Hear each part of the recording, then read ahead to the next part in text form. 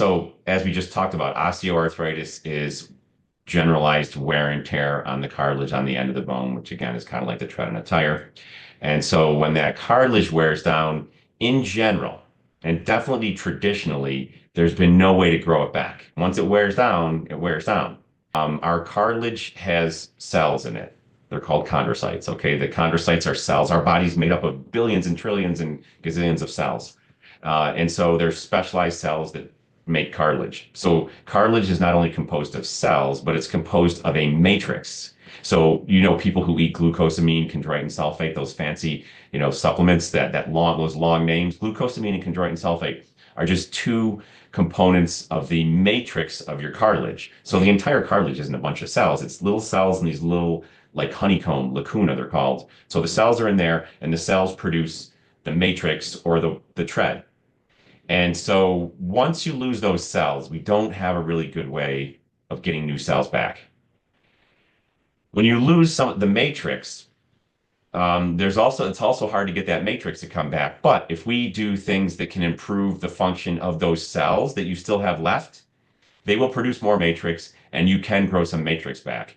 So you can grow some new cartilage back using biologic treatments like bone marrow aspirate, which has stem cells. It has other cells that help the stem cells.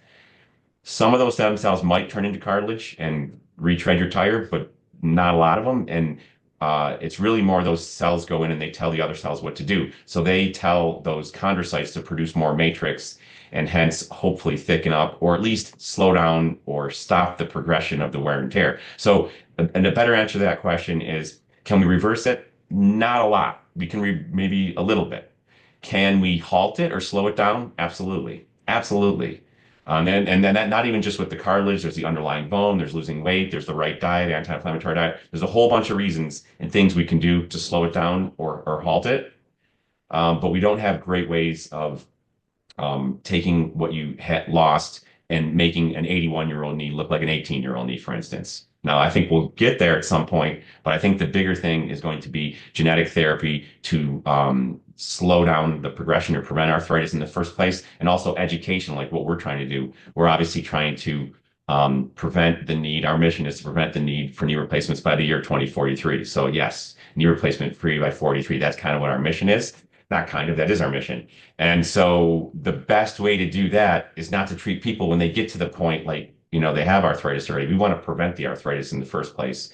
And so it's a really big mission, and it starts with prevention. And then there's also treatment. And then there's also maybe regrowing and all kinds of genetic treatments and other things out there that are on the horizon. A lot of things we don't even know exist or will exist in 5 years, but they will, because that's how technology is improving, especially with AI. So that's a long-winded answer, but the bottom line is we can't reverse it a lot. We can reverse it a little, but we can definitely slow it down and halt it and make it feel better and make the cells that you still have left work a lot better. And that makes a huge difference in how you feel and how you achieve your goals.